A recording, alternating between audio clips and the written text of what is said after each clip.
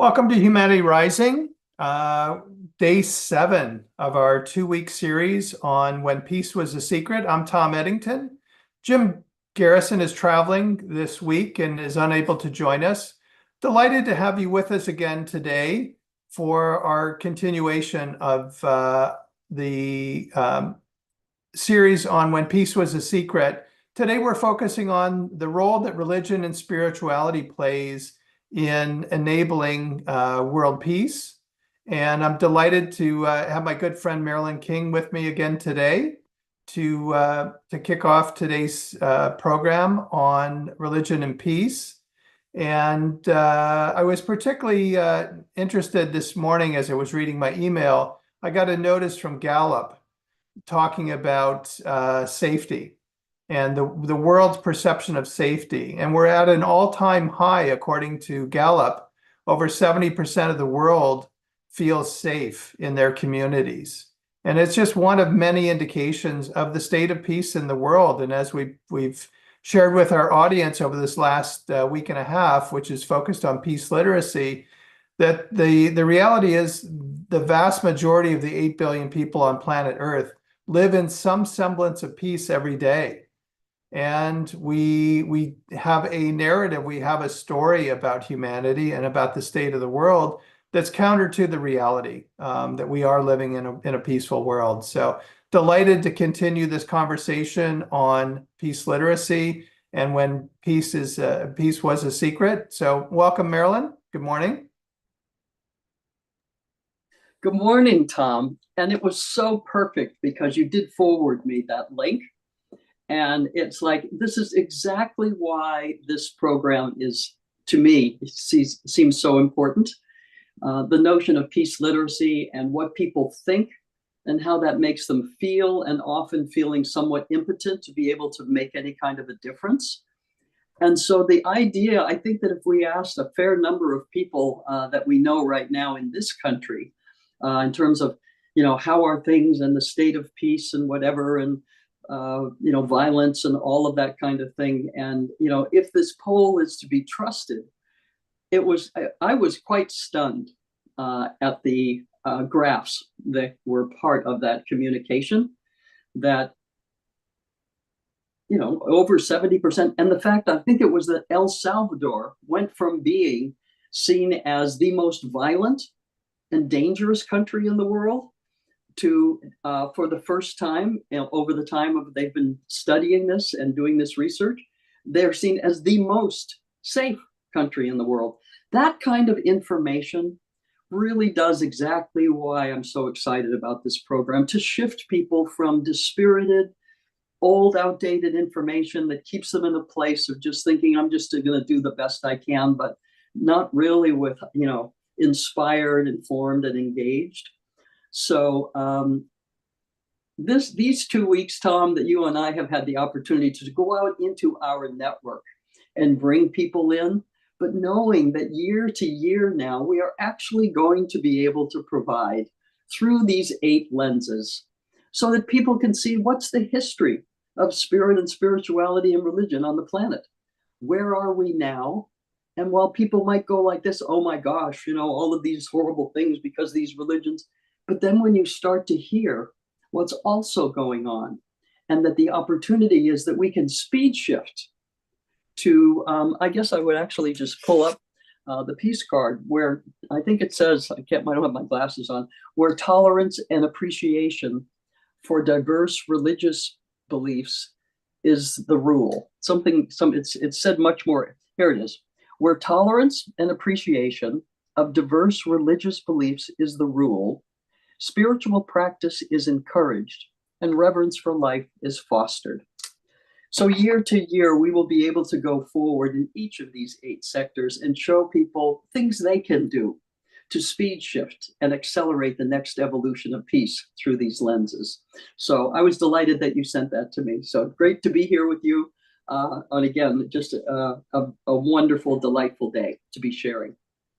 Yeah, thanks for calling out El Salvador. I had the same reaction as I was reading the Gallup information, because it was in the late 80s where El Salvador was one of the most violent countries in the Americas.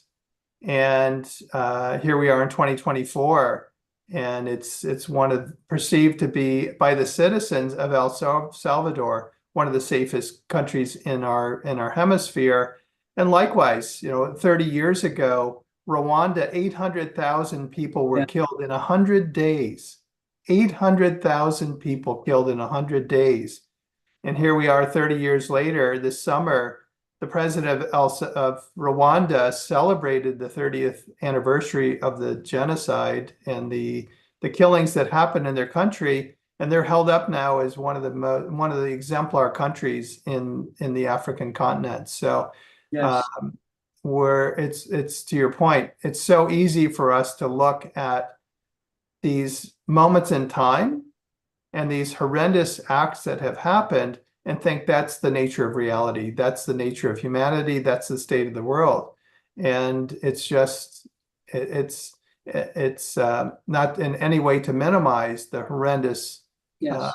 degradation and death that happened, but to recognize that most of the 8 billion people on the planet, to our conversations over the last week and a half, are living in some semblance of peace every single day. Yes. And how quickly we went from some of these horrific situations, and certainly not quickly enough, but it's also on one level very quickly. And now when we bring a number of these factors together, including our ability to see, we see who you are, we know what you're doing, we can hold people accountable. And there are things that all of us around the world can do to have an impact on something that may not be in our geography. That's why I love the word speed shifting, that we're speed shifting to world peace, and what you think matters. And if you think there's nothing you can do, that matters. But when you discover that there may be something that you can do, it's a game changer. Well, before we bring Sister Maureen Goodman into our conversation today, I'd like to just share with our audience again, for those who haven't seen the previous 6 days of programming, why you're here and why you're doing these 2 weeks.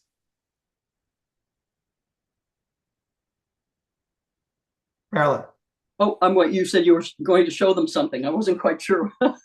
No, I'd like for you to remind our audience of why you're here and why you're doing these 2 weeks of programming. Yeah.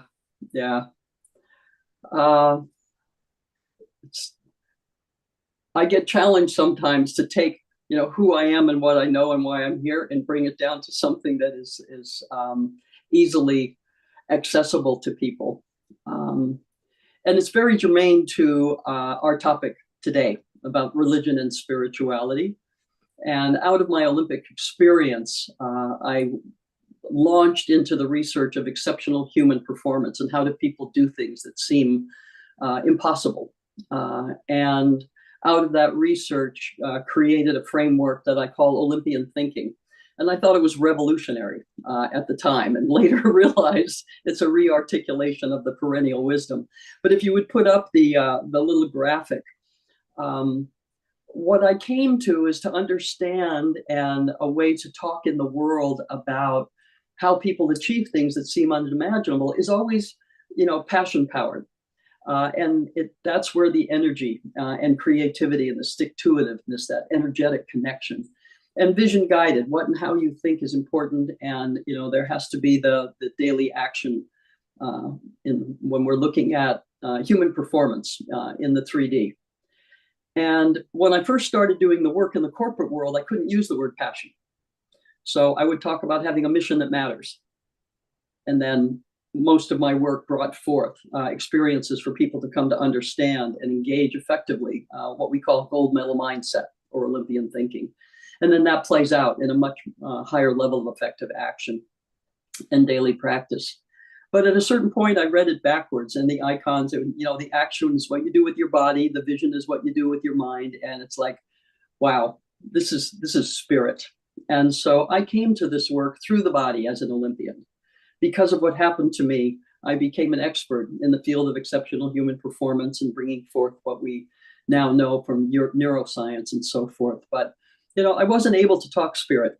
And for me, also my own personal evolution has been deeply immersed in understanding my own spiritual nature. I'll put it that way. But when we're getting ready for this program, I thought, what do I bring to this conversation? It's like, wow. When I was seized by a thought, it was really that moment when body, mind, and spirit were aligned. And that's what we get to talk about today and dive into. So I'm excited. I have a relationship to a spiritual organization, if you're not familiar with the Brahma Kumaris. I call myself an FOBK, friend of the BKs. And I have been very, very privileged over the last, I think, 30 years to be in the presence of the spiritual elders, the dadis, in this domain. And so when we went to look to see who could we bring into this conversation, one of the places I went was, to this community that I love so much. And part of why I love it is because they really are body, mind, spirit engaged, and they come to it, from the opposite direction. So I was able to contact, a number of people, and it kept saying, oh, but you should talk to, oh, but you should talk to. And so now we have Sister Maureen with us. And while she and I didn't know each other one-on-one prior to our conversation last week, it was just really delightful. So just a couple of quick things in terms of what tickled me so much is that, unlike myself, who came to spirit, much later in life in terms of paying attention in a certain way, she talked about her early, just natural interest and inclination and search as a young person, and being involved and looking at things like, the Findhorn community and what that was all about. And more recently, the Interfaith Institute and the World Parliament of Religions. And we just had the most delicious conversation. So without further ado, Sister Maureen, if you would join us, and I would really appreciate it if you would share with our audience some of what would really be of interest to them to know about you and your journey and what you bring to this conversation about religion and spirituality, where we come from, where we are, and just our way forward. Thank you very much. Thank you for the kind introduction. And yes, I like you calling it a delicious conversation, because it felt like that for me too. It was very sweet. And I was also enjoying the, what you were sharing just now, and about the Gallup results, which is very interesting. And one thought I had was that there's been a lot of trauma in the world, we know that, but there's also been a lot of healing. And I think this is where we're at. We're at a point of healing, and it's very, very crucial. So my own journey, yes, since a young person, I was searching for spirituality, doing meditation of various kinds. And then when I met the Brahma Kumaris, I just felt, well, I think this is the right thing for me. And it was on a journey to Findhorn, but with my husband, stopping in Edinburgh, being handed, that one of those acts that of fate that change your life. Somebody in white walking past, giving us a leaflet, walking on, didn't say a word, and on its Raj Yoga exhibition down the road. So, okay, let's go. And in a sense, the rest is history. But I think what, oh my goodness, sorry about this. I have to turn this off completely, I think.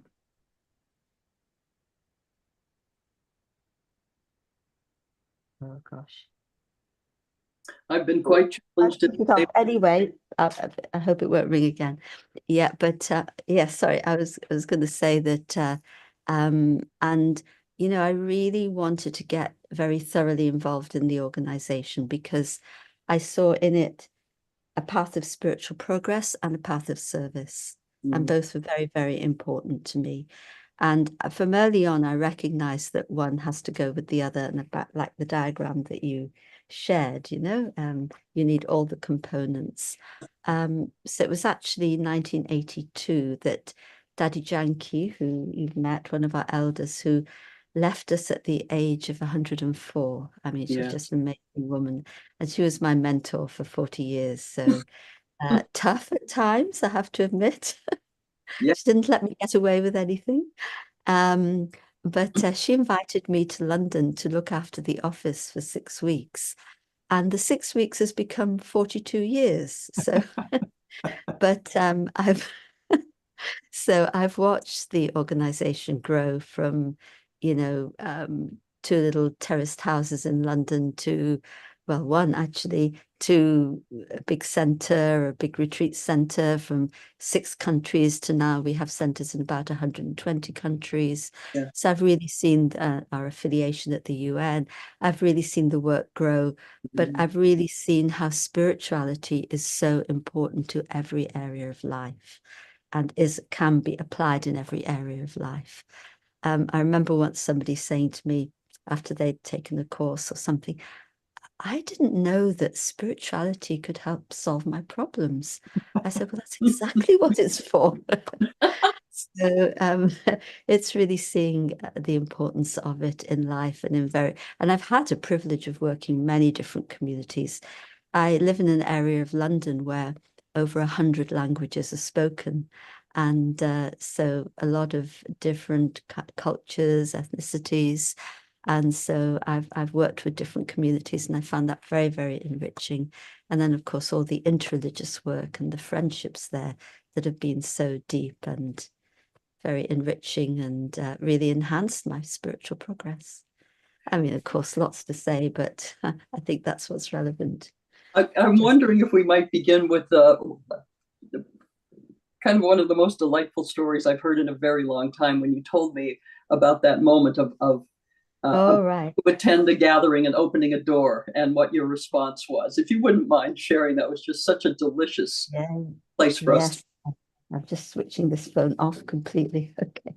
It was actually, that's my first introduction to the interfaith movement, actually, in 1978. I was living in Edinburgh and our centre started there. And we were invited to something called the International Flat.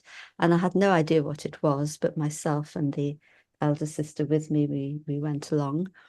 And it was one of those flats where you open, it goes straight into the living room, So the door opened, and this beautiful nun who had started this whole interfaith movement in Glasgow has now passed on, but I was privileged to know her. I opened the door, and then I could see all these people from different faiths in their Buddhist robes, rabbi, a Christian priest, a Hindu. And I just looked at this scene and I thought, I'm in heaven. It just really, really touched me. And, in a way, talk about passion in a sense, So I've really, really wanted to be involved in interreligious dialogue since then.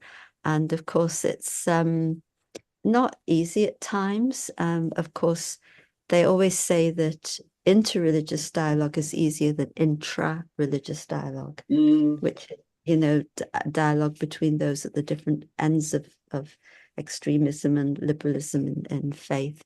But when you do get involved and you find those touching moments where people realize that there's something to be gained by friendship with somebody of another faith, and that is just so beautiful to observe. And there's so much happening, so much all over the world. And I would love it if you would just speak in your words the distinction for everyone who might not pay attention and quite the importance of the distinction between religion and spirituality. Yes, well, in a way, actually, I have to say, I've understood the statistic that 84% of the world's population subscribe to a religion and 94% in Africa. And so religion is a very, very important force. And at the climate change conferences where we've been very involved, and I've lately got more involved, it's only very lately that religion is being given a voice. And yet religions have so much to contribute in terms of teachings of how our relationship with the earth can help the earth to flourish, and humanity to flourish. Plus, they are in a way the nerve endings. It's through religions that people can get very positive messages. But I do see that spirituality is at the heart of all our great faiths, and at the heart of spirituality is silence.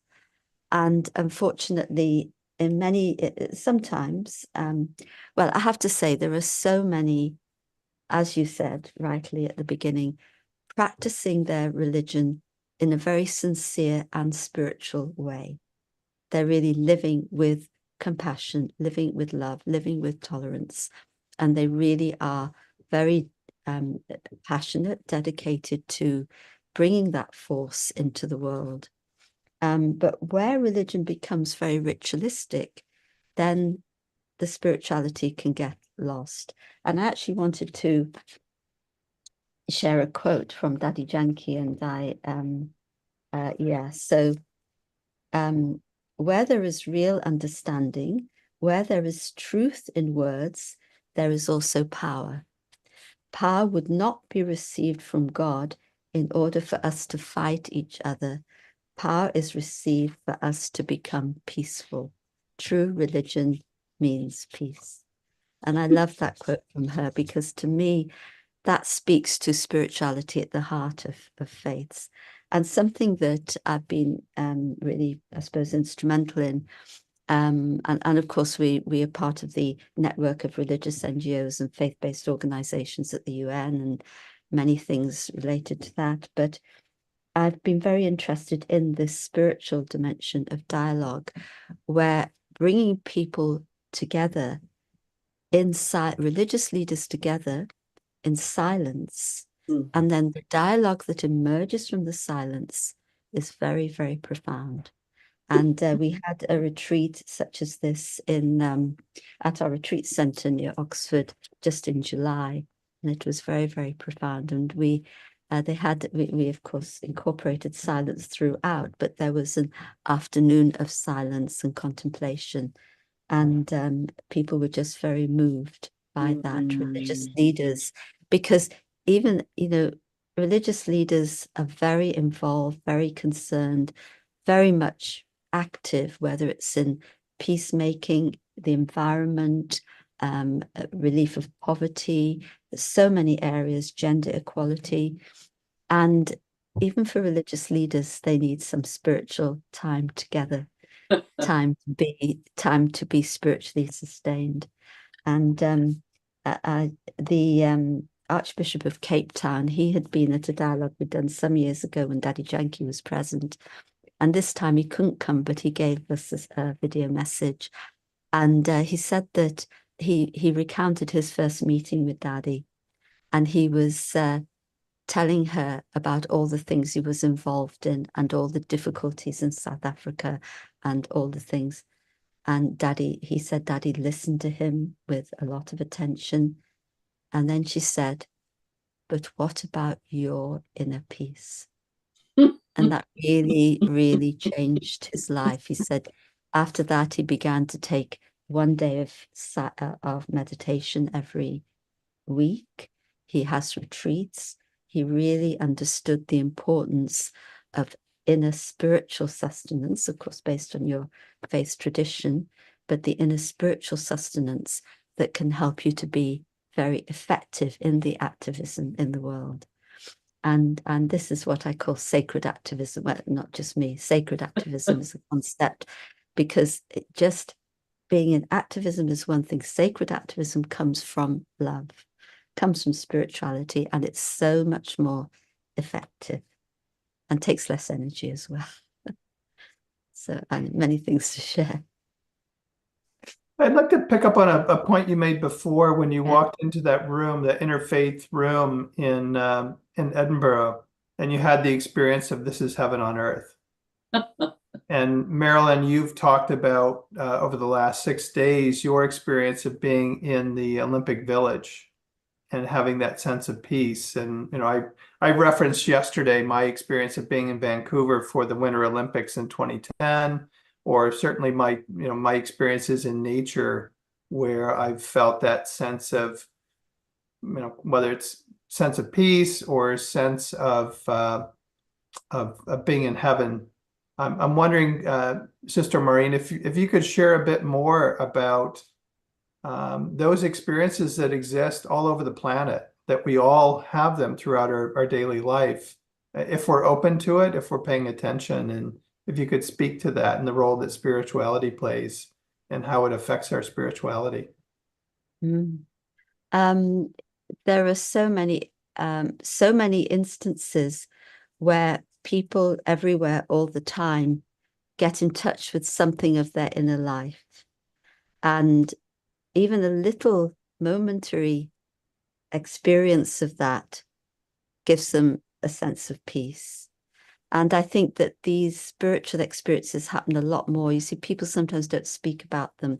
There's an organization called the Alistair Hardy Foundation that's done specific research into religious experiences and has found that a majority of the population, well, it's more in the UK, they've done research, actually have had mystical or spiritual experiences, but they haven't found a place to talk about it. I think that this is something that has to come from the inside. So normally often we're very conditioned by all the, and we base our identity so often on all the things that are material in terms of our lives. But there comes a point where we want to have something that's much more constant. And that constancy comes from the experience within. And I think that all faiths actually offer this very, very much. And when you're in nature, it's interesting that our relationship with nature, I think, is very key here, because we have, as you know, in terms of the environment and the exploitation of the environment, in many cases, we've then lost that relationship with nature in the way it is meant to be, or the natural way.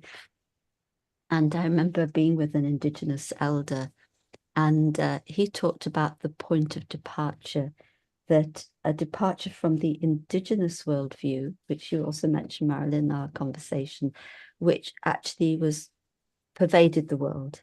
Yes. Eons ago. Can't put a timeline.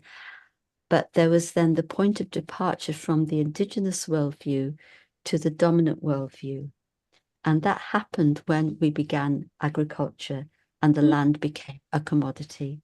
And so we need to move away from so much quantifying things, successes in terms of numbers and all of that. And in this way, I think then spirituality could come to the fore much, much more. Yeah. So how do we encourage and support people to bring that into their life, and reconnect with nature, and to understand that the paradigm they're living in is one that's not supportive, that's not in their self-interest and the self-interest of the planet and all life? Of course, you can try and communicate it. And that's very much what he's laughing. That's very much what we do try to do. And we're very, our positioning at the climate change, we have our projects of solar energy, and yogic farming is very interesting because it's where, and thousands of farmers now in India are practicing this, where they meditate at each stage of the crop development. Wow. And so there's bigger yields, they're more nutritious, of course it's all organic, and there's better mental health for the farmers, because a lot of farmers in India have been committing suicide, as you will know. There's better, healthier communities. So we've been working a lot on that, and that's been quite amazing. But you see, one thing is that you can communicate, and we talk very much about the connection between consciousness and the climate, because it is a very direct connection. It's not just about what we do, but it's about the vibrations that we are putting out. And if there's vibrations of violence, then the earth can't hold that. and the earth. It's not just about exploitation in the material sense, it's in the vibrational sense too. And so when you're communicating these things or supporting people, helping them, it's not just that you have to use the head, you have to use the heart and the soul. And so they need to feel something. So you can communicate something if you yourself are living it. If you're not living it, it becomes a theoretical thing. So I think this is something that we're so aware of in our organization, that if you want to convey spirituality, you first have to work on yourself or really nurture that within yourself. And then it's going to spread to others. So that's just a very key thing, the inner to the outer. Yeah. Can you speak a bit more about yogic farming or yogic agriculture? Yeah, well, I mean, I've told you the essence of it. I'm not a total expert.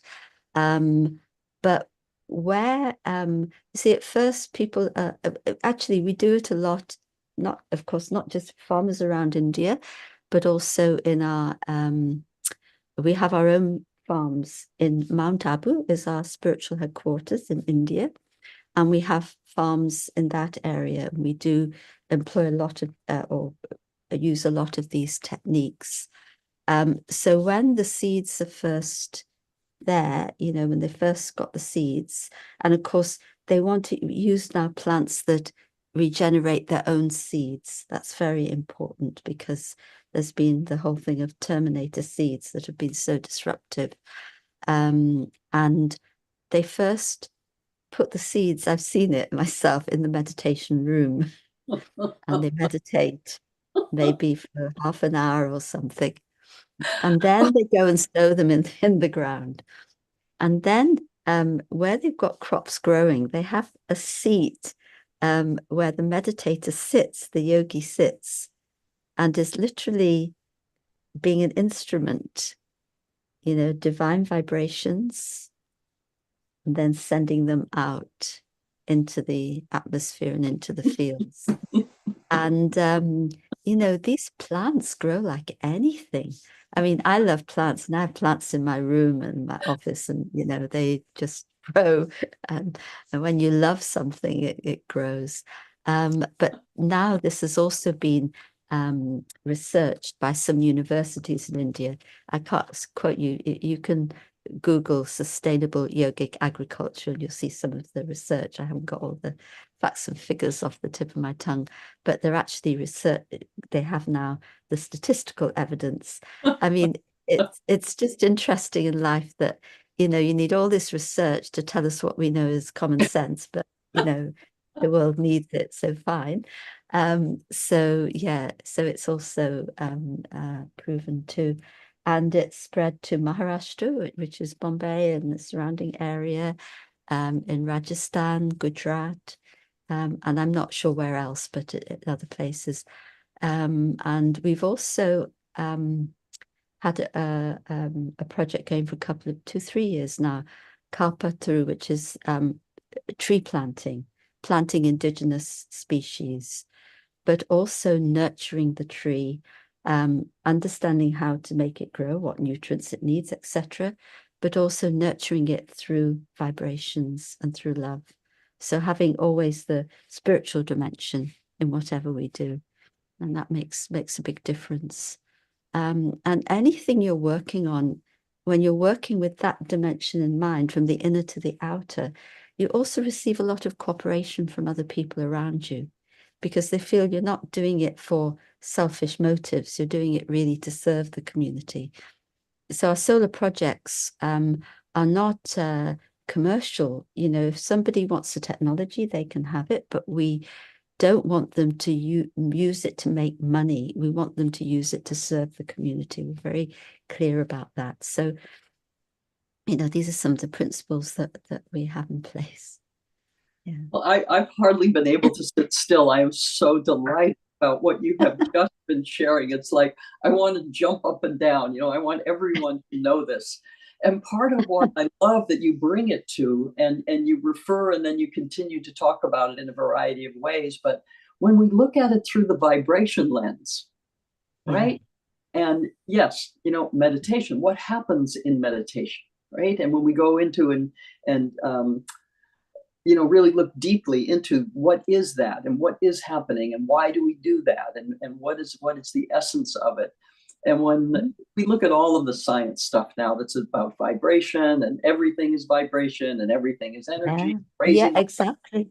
The conversations are everywhere because I come from the body, right, through the mind and then to the spirit stuff. And I love science and all of that. It's like, yeah, when I had that aha and I was seized by the thought that I could be in the Olympics, there was an energetic shift that happened for me, right? And it's an energy and it's a vibration and it actually emanates from my body energetically and people respond differently. You walk into the coffee shop and people say, I don't know what she's on, but I want some of that, That's right.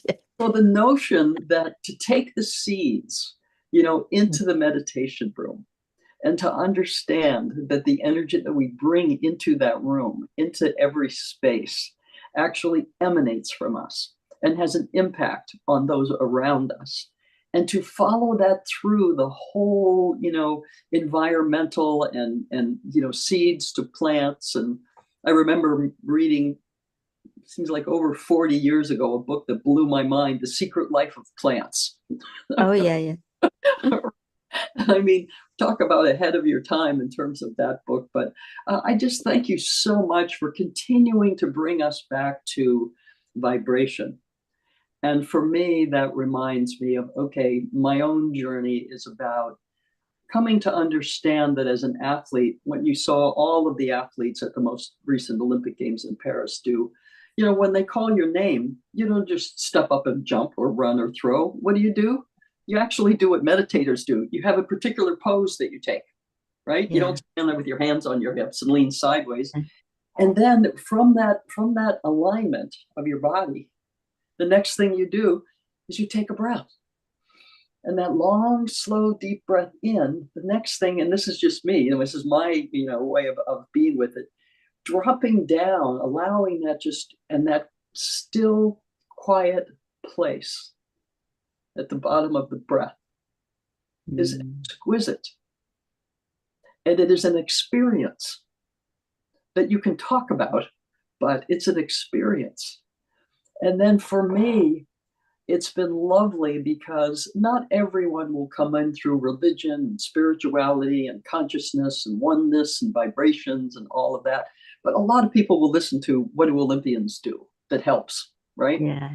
And so, but what has happened for me recently, and I have a few friends, I've said, I really want to dive into the conversation about the distinction between my alarm on my phone goes off every hour. And as often as I can, I use it as that moment to pause. And I call it pause for peace. My word is peace versus love or something else. But I realized as an Olympic athlete, it wasn't like, in one moment or afternoon, I was presencing being an Olympian or training to be an Olympian or performing like an Olympian. It was in every breath. Everything I did was through that lens. So when I bring that to my own spiritual development now and how I'm coming to understand and be so present, it's in every breath. It's in every breath. And that is my aspiration at this point, is that in every breath, I can, I don't know, it makes me very emotional to even consider that in every breath, I could remain conscious. And it's not remain connected because we are not disconnected. It's do we remain? Yeah. But in every breath that is that energetic, that I get to be and express and increase. So my words are failing me at this time, but I'm just this conversation. It's so beautiful. I mean, your face is showing everything. It's just so nice. This is the thing that, it's our original state of being. Why do people want peace? Because it is our original state of being. We just need to reconnect with it. You know, sometimes I laugh and say, if we put on a course about how to become more angry, I don't think anyone would come. But when you put on, but when you put on a course how to have greater peace of mind, of course, because it is really our natural state. These are our inner treasures. Yes. Peace, love, wisdom, joy. Well, and your notion of, it's like, I think a lot of people, it's almost like a throwaway line about, oh, yes, when you're in nature, things are better. I feel better when I feel connected when I'm in nature. It's like, hello, hello. It's very interesting. I remember Daddy Janky, once we had a dialogue, and people had been out in nature and they came back and they were saying, oh, it was so wonderful. And she stopped them and she said, you were taking from nature. What did you give to nature? Oh, Very interesting. oh. So, It's, I don't like the word jealous so much, but when you told me in our conversation that you wound up for 40 years in her presence, yeah. there is no one I have been exposed to in my life that is a presence of Dadi Janki. It's amazing. Yeah. Yeah. And part of what I love is I've shared this with you before, in so many of the religious spiritual traditions, when there's someone who's like the figurehead and the guru and the one everyone reveres. And my first time connecting with Dadi Janki, I'd never been with a large group of the BKs. And I put my white sweats on because everybody had white, and I'm making myself small and quiet. And just when Rome, you do like the Romans do, when I finally, was for the first time just face to face with Dadi Janki, it's like what I saw in her eyes and in her face. And then in coming to know her, people are just like so revering and so, like and she was so playful and mischievous and mirthful. Yes. She was just this delightful, impish, amazing human being. So I didn't want people to get the sense it's like, oh, Dadi Janki. And of course. No, she was, and she always wanted to be your friend, she never put herself in any position. It was just friendship. Yeah. Yes. Everything happens through friendship. Yeah. Yes. Joy, just joy and playful. And that little mischievous part of her. Right. Definitely. Definitely. Mm. I'd like to take us back to the conversation we were having a minute ago about India. And I hold India as the heart of the world.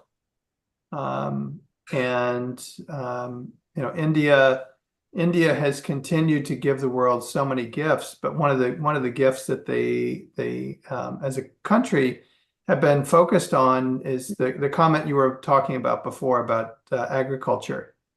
And we've got several states in India now that have mandated only organic farming can happen. And as a country, the country is moving in that direction with banning pesticides and chemicals. And I'm wondering if you can speak a bit more about your experience in connection with India and the gifts and what India is giving and has given the world.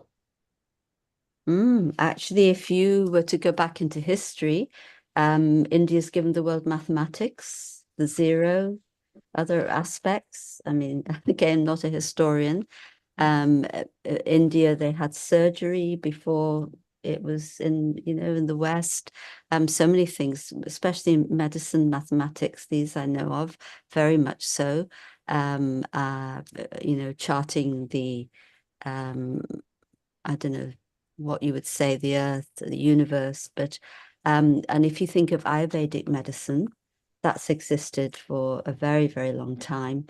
And I think what India gives the world, whatever is there, especially from ancient India, it's always something that works naturally with the natural rhythm, whether it's with the natural rhythm of the universe, the natural rhythm of of nature, the natural rhythm of the body and how it functions.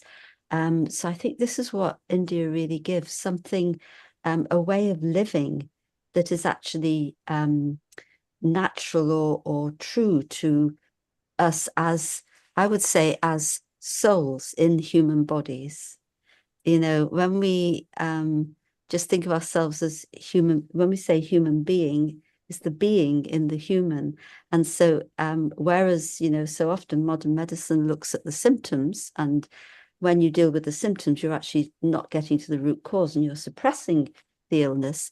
But the way the medicines or actually homeopathy was discovered in Germany, actually, but it's taken up in India, you know, very well. But Ayurveda and different herbal remedies. In fact, when the founder of the Brahma Kumaris, when the community first formed, a community of about nearly 400, mostly women, and they were in a secluded community for those first 14 years of intense meditation. This was from 1937. And Daddy Janki used to be the nurse for the community during that time. And of course, not trained in a medical sense, but they used herbal remedies, and, you know, they used just natural remedies to help people and cure people. And of course, the founder also, you know, gave a lot of, you know, instructions what to do and so on. So I think this is in a, you know, if I'm looking at it in an overall way, this is the contribution of India, very, very much that. And it's very nice to see, because there's been a period where India has become, you know, the goals of Western, you know, what do I say, civilization or way of being, you know, it became goals, you know, in a material sense. And India is a rising economic power too, but it's very good to see them valuing and going back to these very natural and ancient methods and realizing that these are really powerful. And I think this is a way forward, not just for India, but for the whole of humanity. Yeah. Well, I love part of what. Yeah. Oh, sorry, I was just going to say, but of course, the spiritual gifts from India. I mean, when I first went to Mount Abu, first went to India all those years ago, I felt I'm home, you know? It was just the vibration. Yes, I know this place, I belong here. And of course, being able to meet not just Daddy Janki, but then all the elder sisters at that time, most of them were still alive, and how they all had different personalities, but such wisdom to share with you, and very, very kind, very, very nurturing. I mean, I just count myself very, very fortunate to have also been able to be steeped in the spirituality of India too. Yeah. Well, I love part of what you just shined the light on. And Tom, thank you so much for asking the question in the way that you did. So, Sister Maureen, for you to be able to just dip us briefly into this deep and rich history of things that still exist at a very high level and are informing the world in so many ways, and yet at the same time, you know, rising in this other domain that is seen in the world as so important in terms of, you know, technology and you know, all of the things that are revered in that domain. But Yeah. I love thinking about the opportunity that India is to show an exemplar and be in the world a place where how can these things live together? And going back, Yeah. you started Yes. talking about the indigenous traditions that said when that shift happened away from that, and that this was really lost. So yes, we know there is much more emphasis and value being seen to what we lost. But I love the idea that India is one of those places where we can really live with and support how do these things live together now in a way so we all flourish. Yes, I love that. And I think that's something very unique India is attempting to do. And yes, see it happening. Yeah. I asked before we started the broadcast about the background image that you have, and I'm wondering if you would share with our audience the significance of the imagery that you have. Yes, this is an image of light, and actually you see in the center there's a point of light and then an emanation. And so this is something that we understand, that we say, okay, what is my identity? I'm a soul, a being of light. So this symbolizes the light of the soul. Of course, you can't draw a picture because it's not physical, but it's a representation. And we understand that the soul sits here in the center of the forehead. And of course, most faiths have some sort of ritual connected with this point. And it is the seat of consciousness, if you like. And we understand it to be a point form because it's very subtle and infinitesimal, so it's very powerful. And the light and the energy that emanates from that point form is what powers the whole body and the organs, but also it's what, as conscious human beings, we bring to life and bring to the world. But we also understand that God to be a form of light, the supreme. And so in our meditation, we go beyond into that state of the dimension of stillness so that the light of the soul then touches the light of God. And we're able to dive into the ocean of love and the ocean of peace and the ocean of wisdom that is the divine. And so then we feel ourselves and able to emanate that into the world. And would you also say that it is a particular vibration? Yes, it's a very, very high vibration, a very pure vibration that is not based on anything external at all. It exists of itself. So when you're in your original state of being as a soul, and our original state of being is a state of experiencing ourselves to be a being of peace, a being of love, a being of truth, then you're in a very high vibration. And that means that you can't be influenced by anything of a lower vibration. And that's very, very important, because to keep our dignity in this world, where people can often challenge our dignity in different ways, we need to stay in that high vibration of our original state, of our inner goodness. And of course, when we connect with the divine, it gives a lot of power to that state of being. And we can become instruments, channels, if you like, to bring that vibration into the world, because it is what the world needs. It's absolutely what the world needs.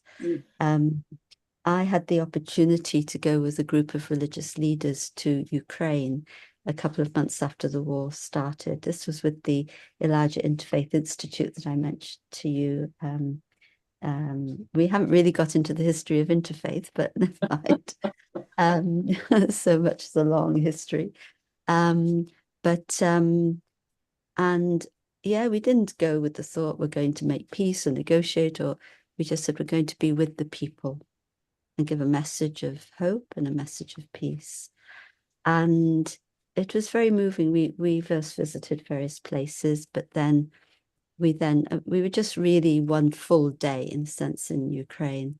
And then in the evening, there was an event in a theatre. And so there were several religious leaders from different parts of the world. And we were each giving a message of hope and a message of peace. And I asked if I could do a reflection at the end, like I've asked you, Tom. And it was very moving because I just said a few words and went into silence. And I hear this noise. And first I'm thinking, somebody come in with a gun, or, just the thought. I mean, I wasn't scared, actually. And it was the theatre seats going up. Everybody spontaneously stood up for the silence. It was very moving. But I really felt that it was nothing to do with me, but just the divine working. And people were very comforted that we had taken that time and trouble and a lot of effort, because to get into Ukraine took a lot of effort, to be able to come just to be with them. And I think that was just very important. We didn't try to teach them anything or anything, but just give a message and to be with them. And I think this is what is needed at this time. There's too much of, we get so caught up in doing, and there's so many expectations, but to really give of oneself or be the channel to give is the healing that the world needs right now. Yeah. Yes. And I love that in our conversation, you asked if it would be a space and appropriate to do a sharing before we close. And I'm a very, very pragmatic person. You don't train in 5 events at the level I did without being very pragmatic about, that's really nice, but what do I do? Right? To be that. And I was privileged to be at the International Day of Peace celebration in San Francisco and engaged in teeing up the peace wave. And so from the very pragmatic side, right, the peace wave is at this point invisible on the planet. And I believe the peace wave exists in the form of everybody who gets up every day and just tries to get along. And we can't really see that every day there's peace waves going on as people. But from the specific standpoint, that there are people in every time zone who pause for peace. And they just take a breath and they do exactly what we're talking about. They experience that place, that vibration. And then when they open their eyes or whatever and step back into their day, they are different. They bring a different energy. So they have increased the peace. So I bring this up to say that for us to be able to see one another, for us to be able to see, it's not me trying to fix the world or people don't really care. There are people everywhere who, to a high degree, live in peace and are doing their best to be in peace and to increase the peace and get along with people they don't like or agree with. But all of this to say, for me, to make the peace wave visible, where to stop at any time of day, but in this case, the particular form of the peace wave where, people just stop at noon, take that breath and exhale. And so I'm really looking forward to how we're going to now be able to bring technology, to making peace visible, to making people who are at peace, people who are doing the things that they can find that they think will make a difference to be peace and to increase the peace through the peace wave.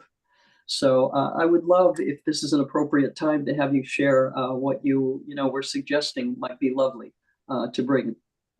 And before we go there, just a question. You were talking about the seed or the center of our consciousness, and I'm familiar with the 6th chakra. I'm familiar with the pineal gland. I'm familiar with our third eye.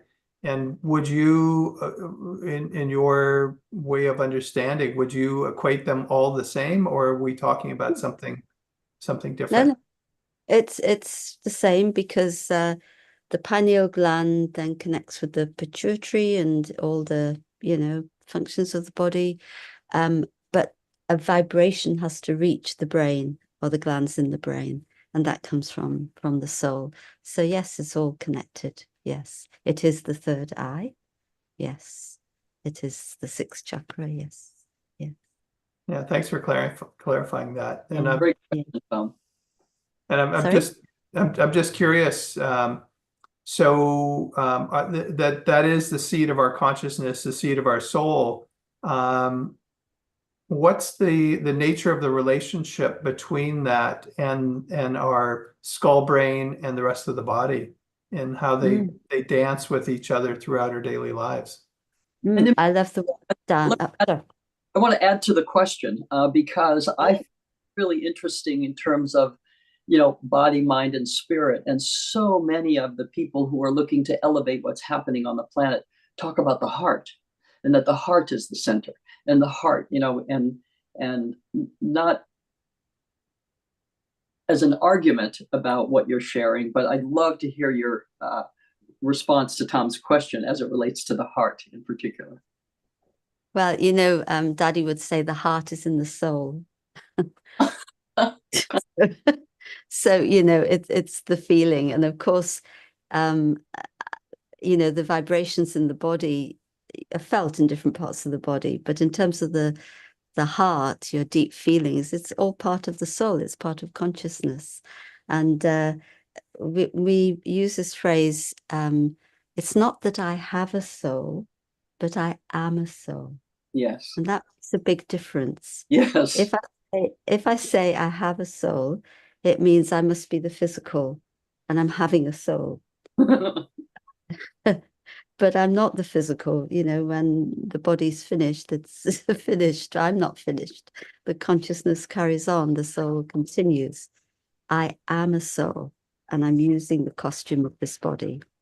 So I also use the brain. So from that tiny point, there are our thoughts, our feelings, our awareness, then affect every part of matter. So first matter, it affects us, the brain and our body.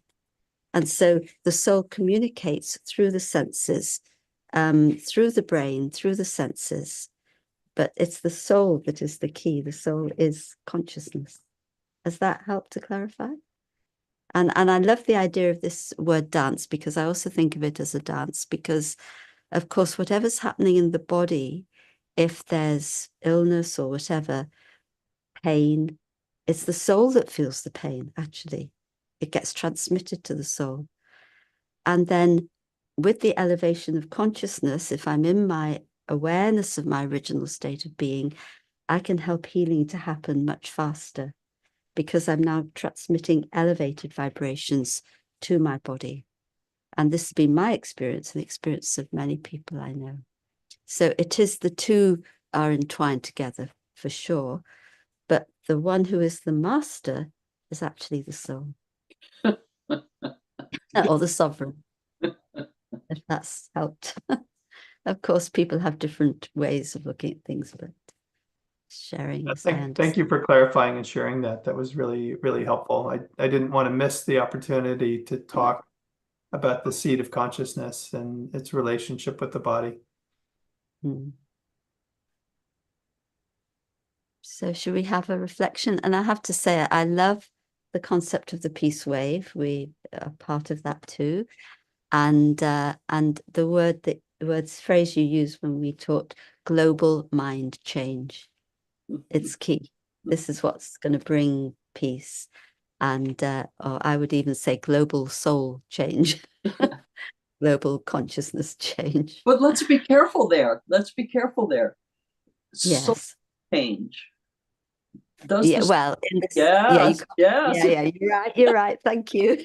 You can't change the soul, but in the sense of global, whether it's mind, consciousness, but getting back to our original state. The more we're all in the same vibration, yes, change happens. That's the key. Yeah. And I love the BK, Om Shanti. If you would please share with people what that means. Yes.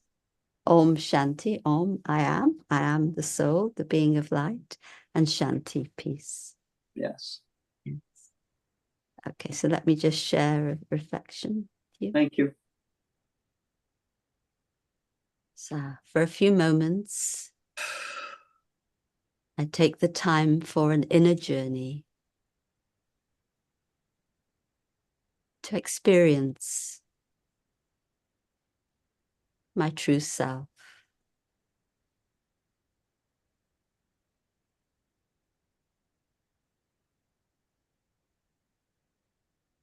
I may have many thoughts related to the external world,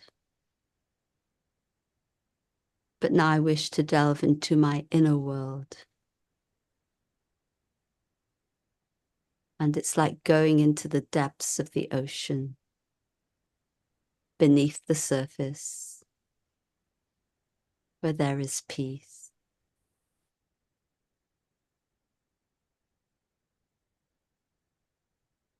I am a being of peace. I am a being of love. This is my original state of being.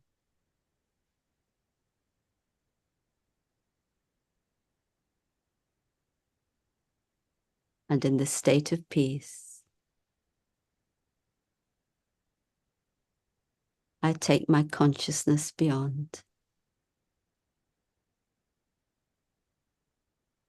to a place of stillness, a place of silence, where I connect with the divine, the unlimited source of peace, the unlimited source of love. It's like diving into an ocean of love.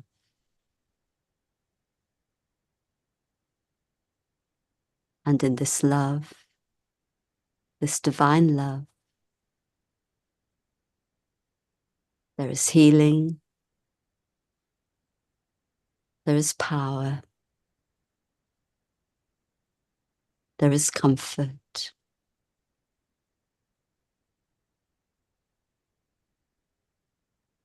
As I fill myself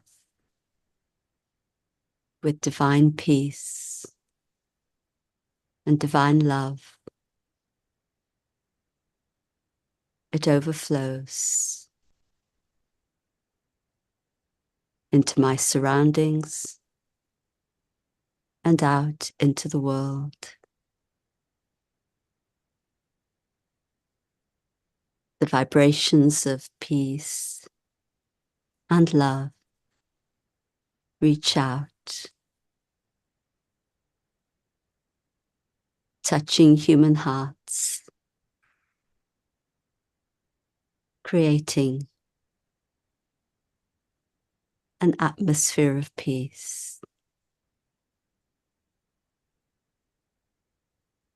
and manifesting a world of love.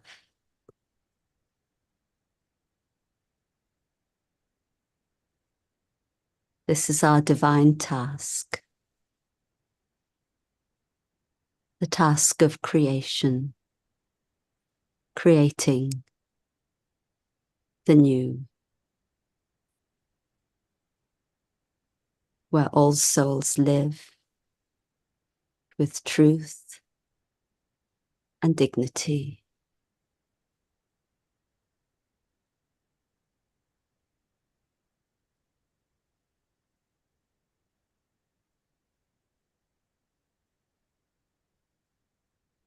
And gradually,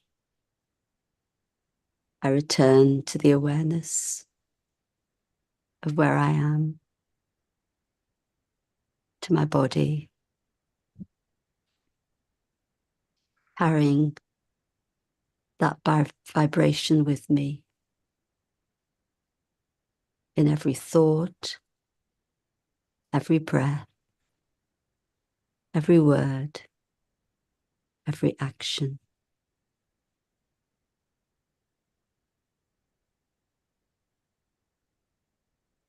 Om Shanti, I am peace.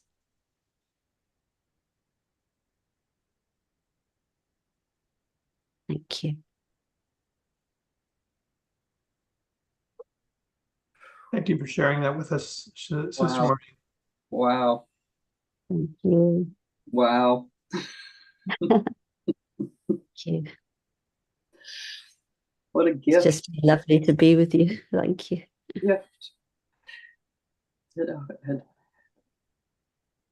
and I almost want to ask for forgiveness for even speaking, given the vibration that we have just shared together. But I'm called to share with you. It's just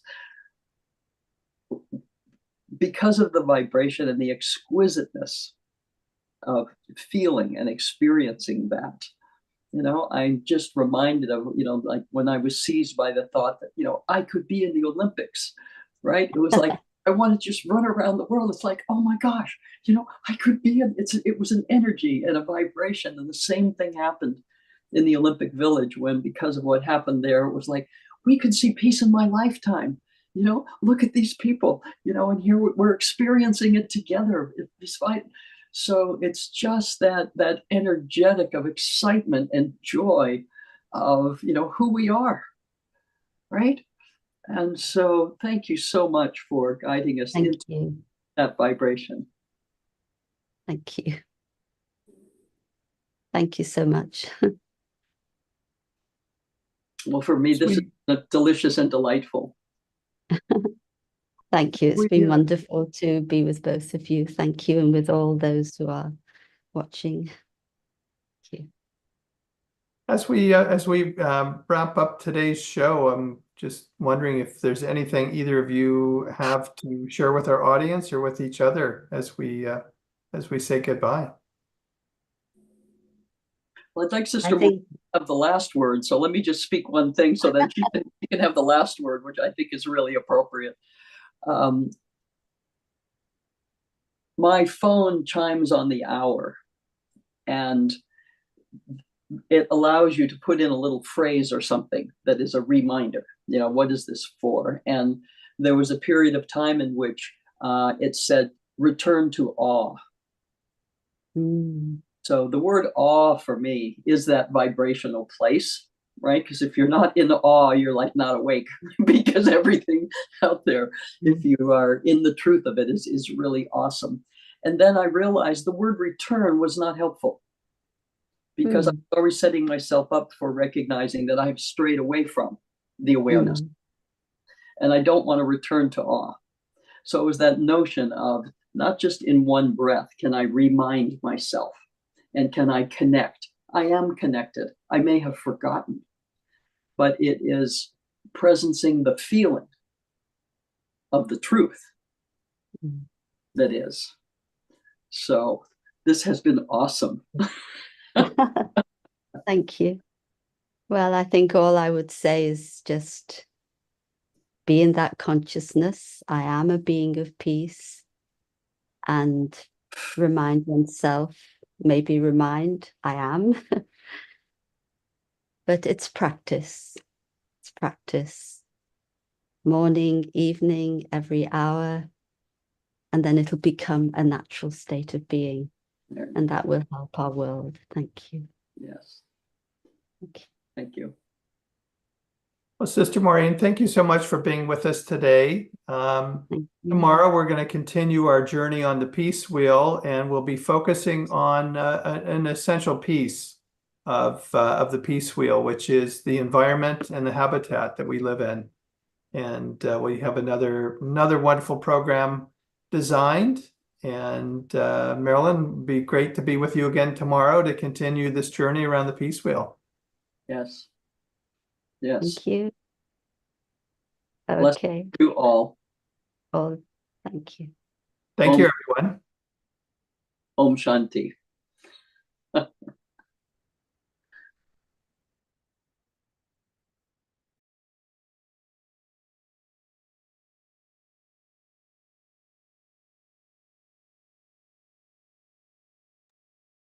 those of you who would like to, I just put the link to the after chat in the chat box. Come and join us, please. Thank you.